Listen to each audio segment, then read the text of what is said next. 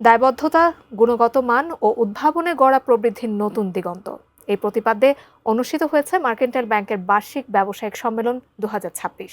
শনিবার রাজধানীর একটি 5 তারকা হোটেলে আয়োজিত এই সম্মেলনে প্রধান অতিথি ছিলেন ব্যাংকের পরিচালনা পর্ষদের চেয়ারম্যান মোহাম্মদ আনোয়ারুল হক এবং সভাপতিত্ব করেন ব্যবস্থাপনা পরিচালক মতিউল হাসান। বিশেষ অতিথি হিসেবে বক্তব্য দেন ব্যাংকের ভাইস চেয়ারম্যান মোহাম্মদ আব্দুল হান্নান, নির্বাহী কমিটি চেয়ারম্যান এম.এ খান বেলাল, ঝুঁকি ব্যবস্থাপনা কমিটি চেয়ারম্যান মোহাম্মদ আব্দুল আওয়াল ও ব্যাংকের পরিচালক এএসএম ফিরোজ আলম সহ অনেকেই।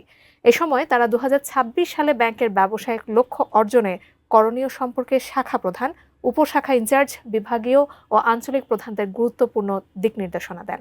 একই সঙ্গে গ্রামীণ অর্থনীতিকে বেগবান রাখতে কৃষি ও এসএমই ঋণের প্রবৃদ্ধি বাড়াতে আহ্বান জানান।